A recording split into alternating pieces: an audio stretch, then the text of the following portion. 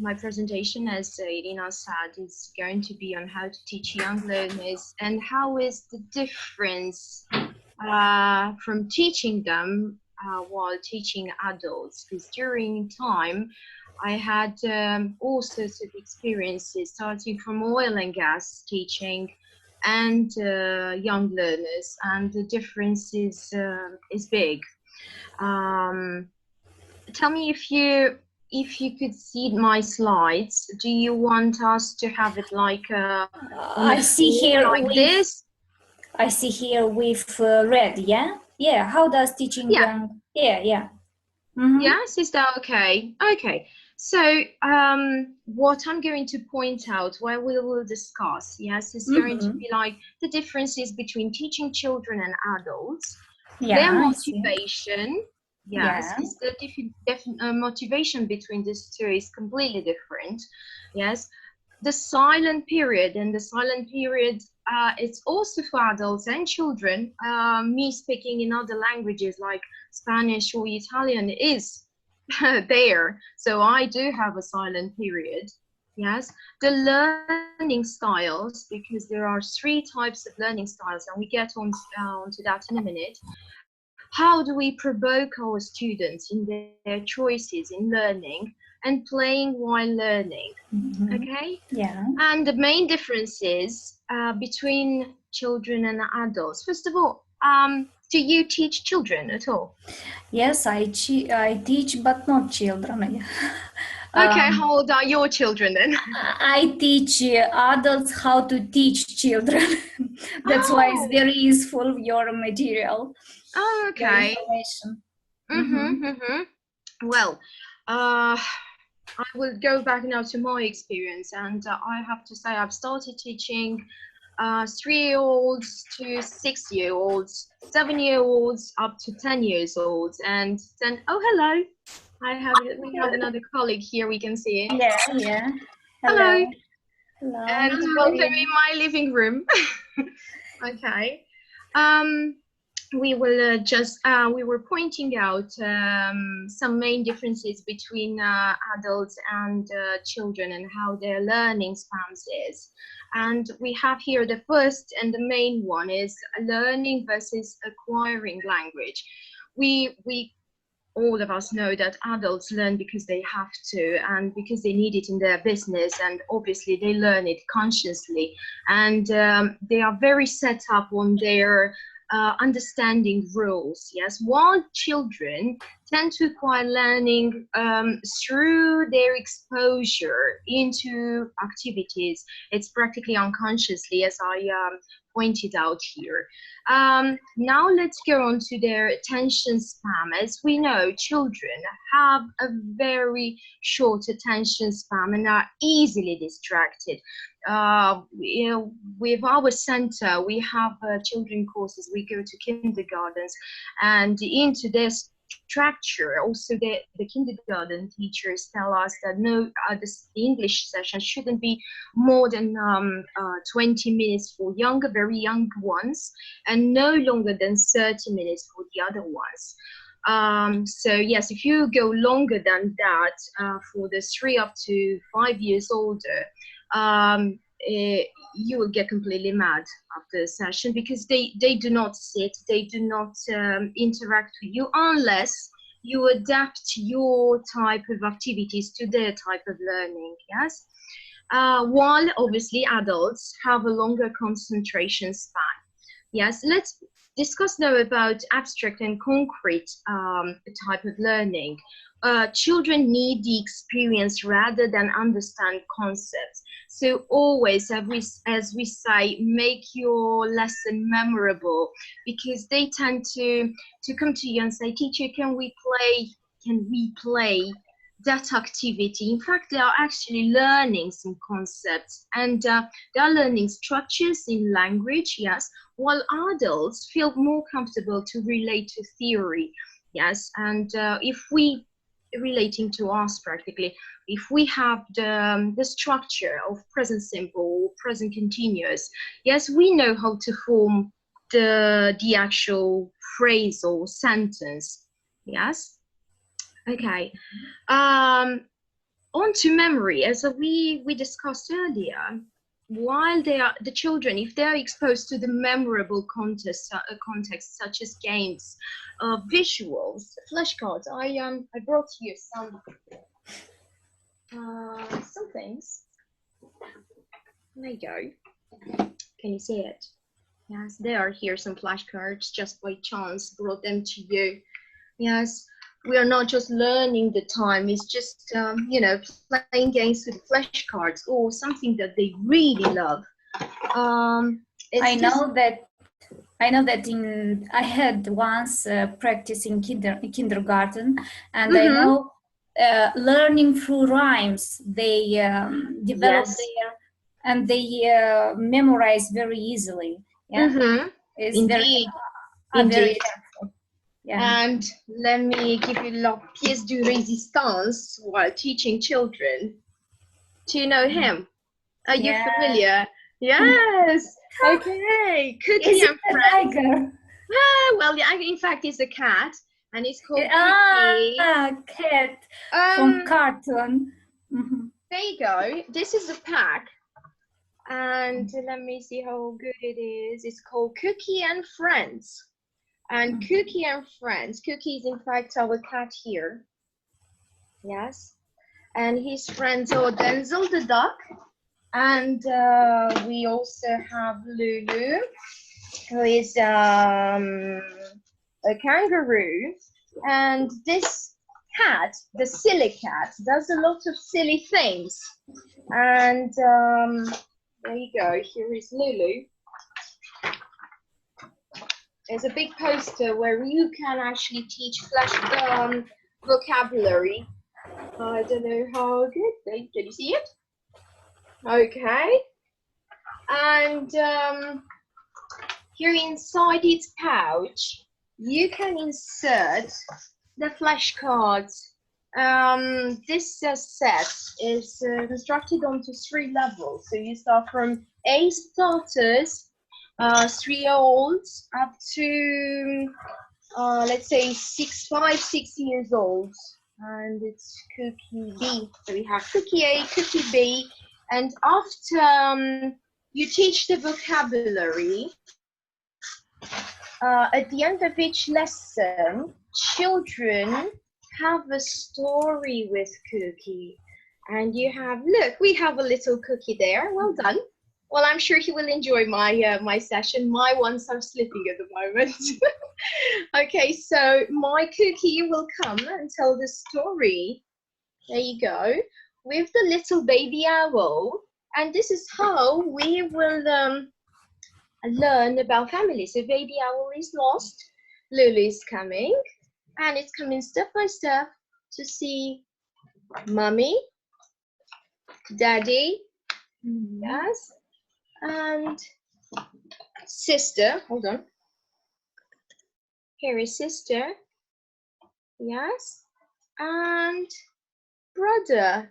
And at the end, he's nearly falling down, and mummy's coming to rescue. Yeah, so the story practically here is being told by Lulu. But all the stories having practiced the vocabulary you are going to teach through little Cookie, the funny little cat. But you can improvise, because obviously we have so many classes, children classes, we can't clone this little ones, so we brought in some little friends. But if you can, I don't know, use whatever with children, it's fun. Okay, so going back into, so memory, yes, the children need to be exposed to memorable contests, while adults will remember things easier, because we are into structure more than the children, yes? Okay, going on to learning styles. Children learn better while doing things, yes? You will see the loads of them if you use a game while teaching vocabulary. For instance, here we have clothes. Yeah, I will give you after the session. I said, Irina, I'm going to send you some materials, yes, and different ideas in games on how to use flashcards or grammar structure into your classes, yes. Okay, so learn better while doing things, while adults are reluctant, and this is from my experience, to games that involve movement. We had a session at some point with some adults coming from an oil and gas industry, and they were not very happy to stand up at all. So we had to adapt their session onto different games that involve only sitting, and I will show you some materials at some point. Okay, how about motivation? Obviously, us adults are more motivated in learning just because we need it at our jobs, or we need it for traveling and going on holidays, while children come and moan because mom said so, so I need to come to your English classes. And obviously most of them have English as a compulsory subject in school. That's why most of us try to motivate our students through games and doing things, just because we want that child to become motivated. Okay, so how do teachers increase motivation? Yes, so we need to provide situations slightly difficult that give children acceptable challenges and provide a stronger feeling of success when accomplished. Well, it's good to praise them every time they do a little bit of good thing. Well done for trying, well done for using subject, well done for using verb. Also, we need to pay attention, when do we exactly correct them? Are we interested in fluency, or are we interested in using the correct grammar structure? Because this is when we actually need to pay attention when we go in. If we're interested in fluency, then let them continue, take notes, and then we come back, yes, in correcting those grammar mistakes, or ask the other students to give feedback.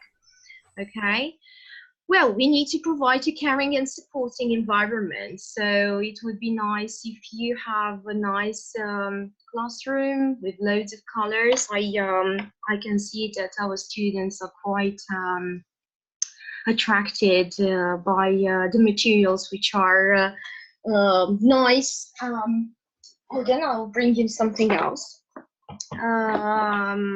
Sometimes I use this as a warm-up. It's called Don't Say It. I don't know if you're familiar with it. By chance, I found it and I bought it. But before that, I used to have this flashcards. So practically what you do, you have the word up here. For instance, toothbrush. Yes.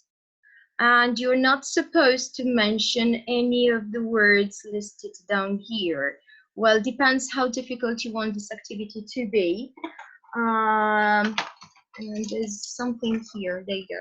If you wanted to use it on an easy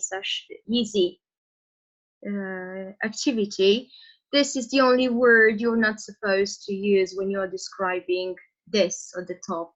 So depending on difficulty, there you go.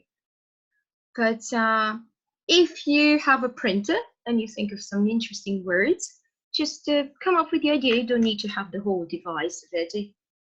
Lucky me, I found it. But yeah, I'm sure you can use loads of things.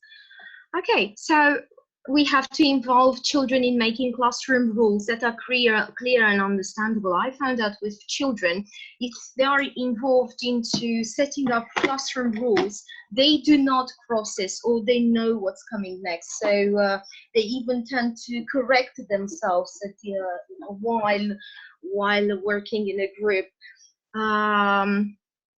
Praise good behavior and their strengths, and I think it's a good idea to set up a routine at the beginning of your session. If you stick to that routine and you point it out every time you finish the activity. So what do we do now? It's circle time. We finish circle time. Now we discuss about topic.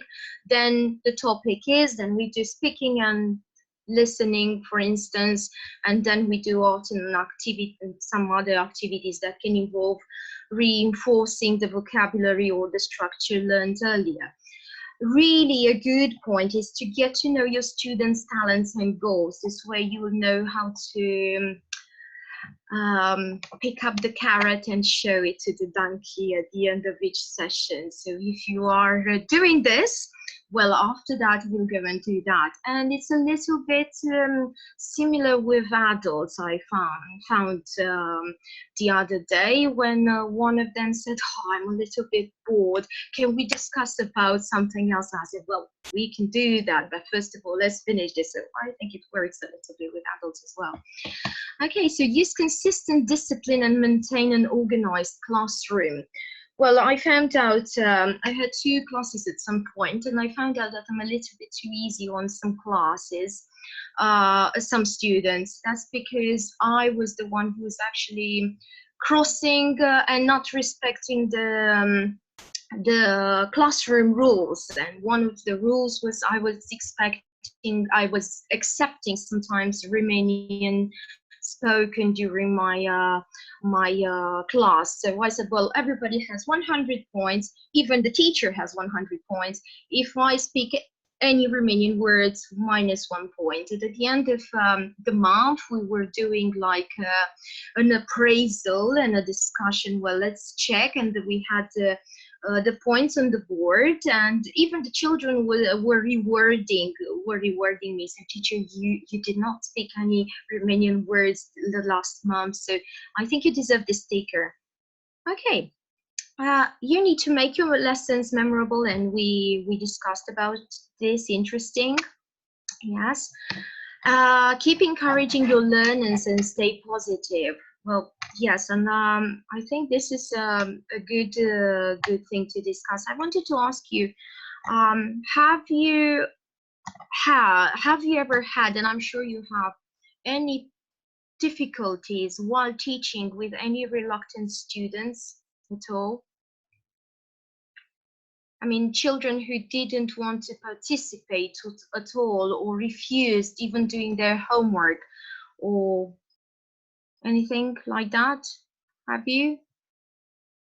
Because I remember I had once a student who was not happy, not even participating, was crying, and I found out that apparently during the same at the same time with my English session, there was basketball training, and all his other mates were involved in that contest or training.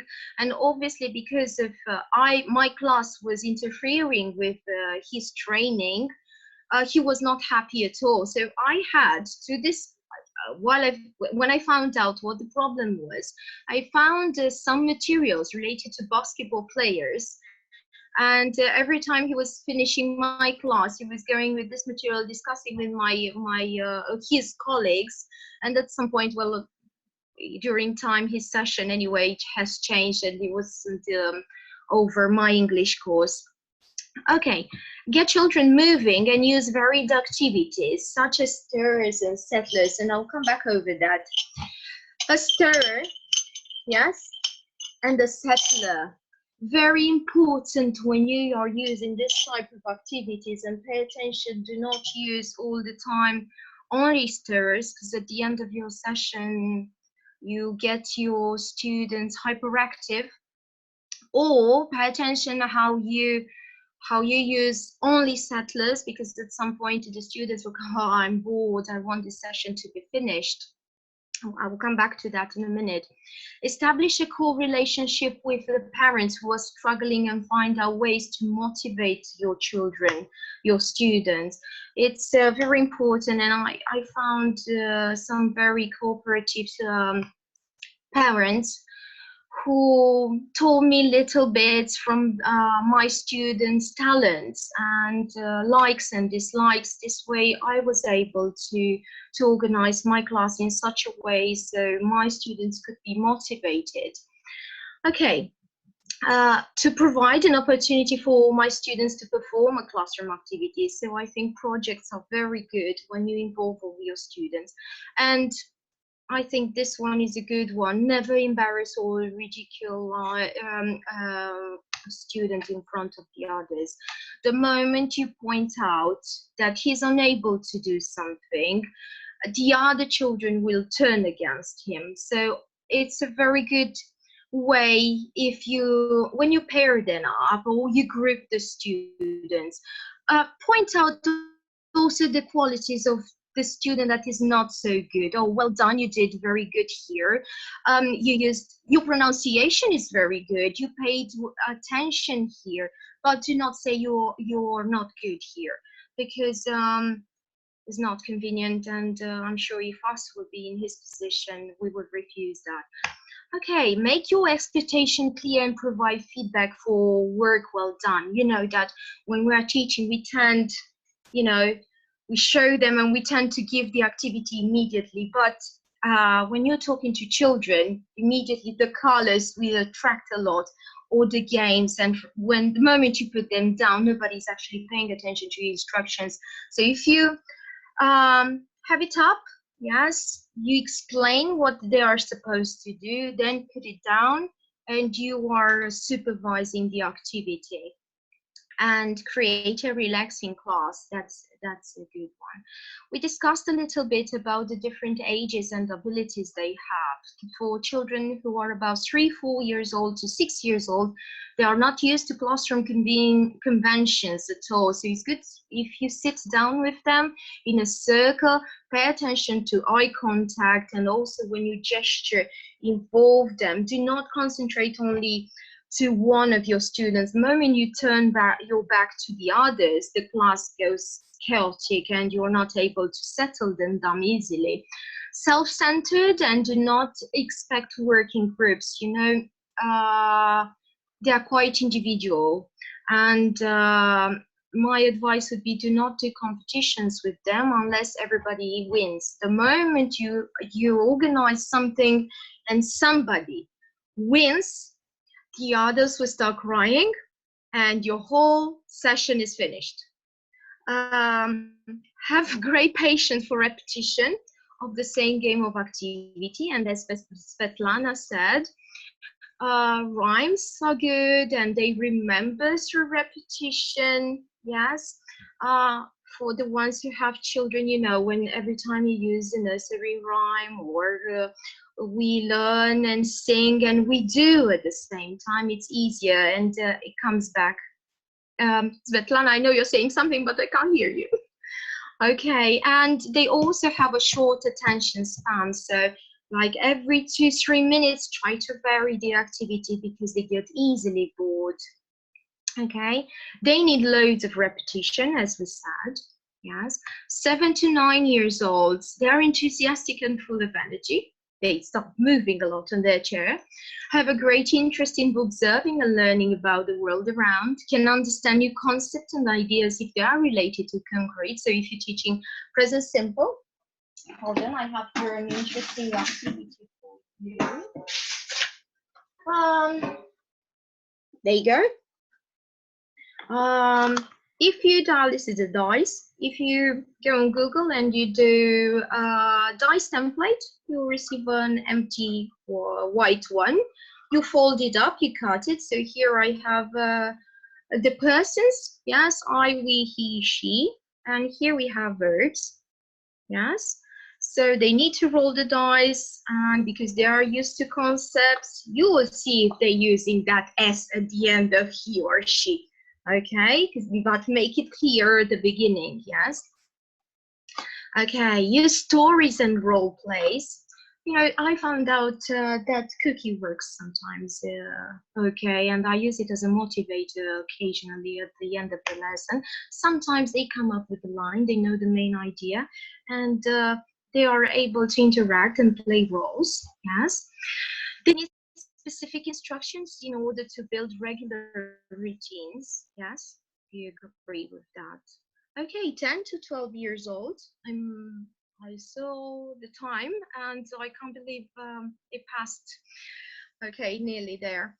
Okay, 10 to 12 years old, they're more cooperative with their colleagues. So yes, you can pair up and they can take turns and they understand that. Okay, they have a fully developed motor skill.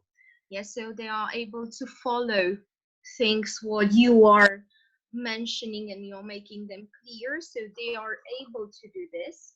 Yes, and you can do more complicating things. Okay, have longer attention span, and you know that now we're going through the adult part, and can work well in groups. And yes, you can do competitions, and who wins, he's going practically to be the star of the class, and everybody would like to be in his team whenever you organize things. Okay, I mentioned earlier the silent period. And I wrote a few lines here that children understand more than can actually express. And a good example are my little girls who are 3 years old. They are bilingual. They understand both languages, Romanian and English, fluently. Quite difficult for them to speak Romanian, though, even if the others except me speak Romanian with them.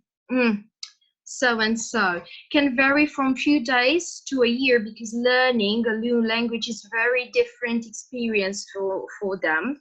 And I can tell you that we had a student for nearly 1.5 years, did not say a word, just stayed during the class.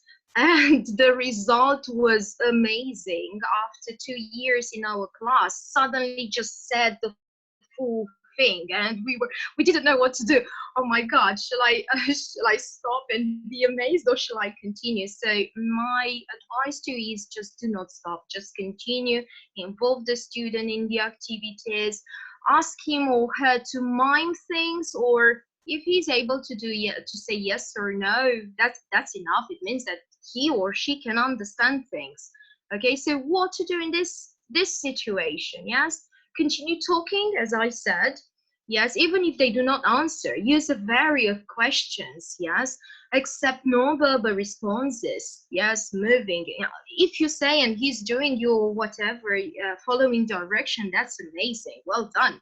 Ask questions that require yes or no answer. Praise even the minimum effort. Even if you said, go and touch the door, and he's going and touches the door, that's amazing. It means he understood you. Constantly reinforce language structure and vocabulary. Give them opportunity to mind and persuade them, and do not put pressure. The moment you put pressure on them, that's it. Okay, I wrote here, you have 4 activities. The sentence completion. So what you do, you write a full sentence on the board, and you start erasing bits of your sentences. Yes, and We have 10 minutes, Constanta. No, yes, 10 minutes. Okay, I'll hurry up then. Okay, so you ask the students to rewrite the initial sentence. Okay, then we have a Wincy Wincy Spider activity. You show them the vocabulary, and then at the end of your session, you do a mobile. Yes. What did you do yesterday? Think of a question to ask your partner and find the odd one out. This is one exercise you find in a new MoveBuzz exams, one of the Cambridge YLE exams. So you put like 4 images, what's the odd one out, and tell me why. Here you can just take the odd one out, yes? From 1, 2, 3, 4, which ones in your opinion do you think might be for 3 years old or 4 years old? Obviously, yes, the Incy Spider, yes. Now, as we go up, yes, to more difficult one, the sentence completion, and what did you do yesterday, and find the odd one out. Obviously, you can adapt them to the 12 years old. The learning styles, we have the visuals, yes, we have the auditory ones, and we have the kinesthetic learners. I wanted to ask you, how do you adapt your activities to your class?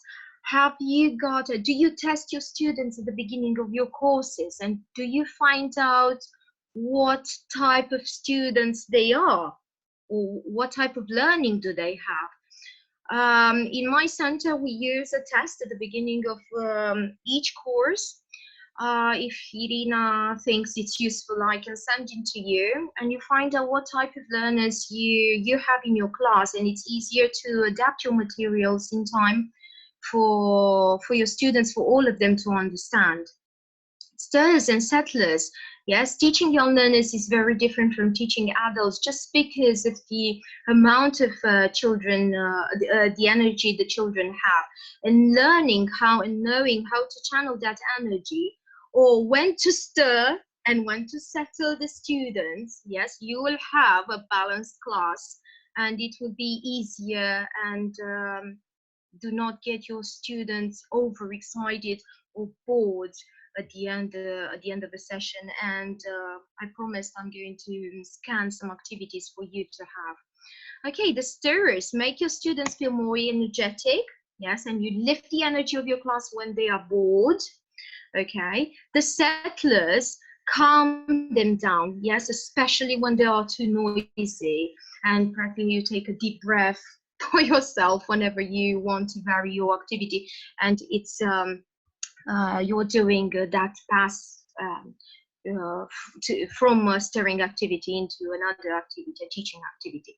Some ideas of the stirring activities would be movement activity, board races, competitive games, listen and do activities, mingling games, while settling will be drawing a picture, dictation, listening activities, writing activities. And there you go, you have here some board games. You find them and you can do them on Mess English. So let me see. If you go on Mess English, you can do your own board games. Here I have one with clothes. Here I have one with fruits. And you know, snakes and ladders. Are you familiar with this? Always have one of this in your class, a dice. And use any type of flashcards. Just put them in a pile. Yes, you can have your and do your own ones. Here is something with leisure activity. So you're teaching them verbs. So they are doing, yes, and you are practicing whatever present simple, past simple, yes, related to whatever they have on their image.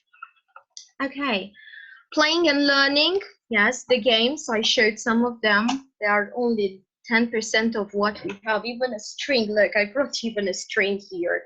Children, the little ones love strings. So what we do with this, we tie them up, and as you unknot them, you say, let's say we're discussing about fruits. Tell me a fruit, yes? Or children go on one side of the rope and they need to jump on the other side if they say the correct word.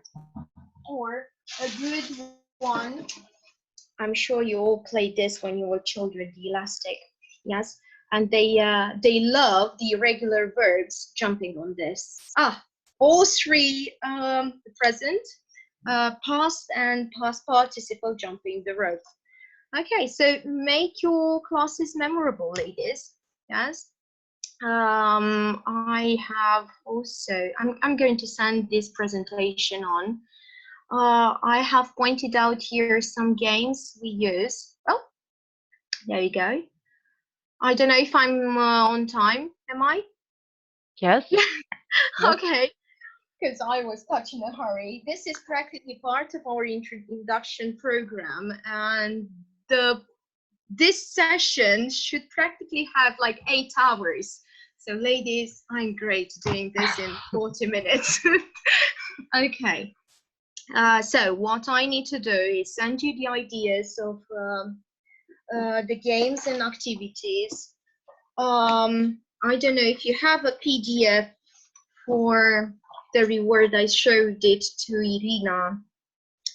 Reward packs, they're good. Beginners communication, and I will show you a little bit from what they have inside. There you go. The methodology is at the beginning, but you have a hands-on situation. There you go. The methodology is here at the beginning. Our teachers like everything, so you can send us everything. I will do. I will send to you everything. And if you're teaching children, I recommend to you to buy these books. Yes, there's 500 activities for the primary classes. Now depends if you're teaching primary or not. This is for like teaching development. Yes, English language teaching. They are really good, challenging teachers. In case we will do a classroom management class, this is my advice. Well, I'm sure there are plenty to show you. I'll probably make a list, and I do hope I'm on time. Yeah, maybe some I am. questions from the audience. Yes, that will be good. You can look through the chat that they had. Uh-huh. Please unmute your microphones. The floor is yours. You can speak. Oh, yes. Uh-huh. Ashton, yes. Do you teach adults? A question from Yelena. Yes, I do. My last session with adults was an English for Chinese people. I do not speak Chinese. They do not speak Romanian, but the classes are memorable. And if you are coming with good ideas, you can teach anything. You can make up a language and teach it, and they could speak. I guarantee you they are able to speak at the end of their session. When I started this course with them, they came with their translator in, and I said to them, well, you don't need a translator. She can go out and have a drink, obviously, a coffee. They were completely scared of me.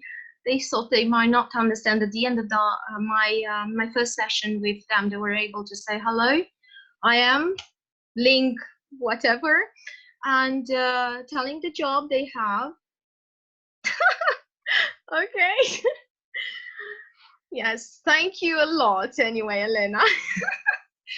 Well, even if it was everything on fast forward, I'm quite happy I managed to say everything I had prepared for you today. If you know, once I can send you my PDF presentation as well. Yes, Yes. we definitely want. Thank you very much.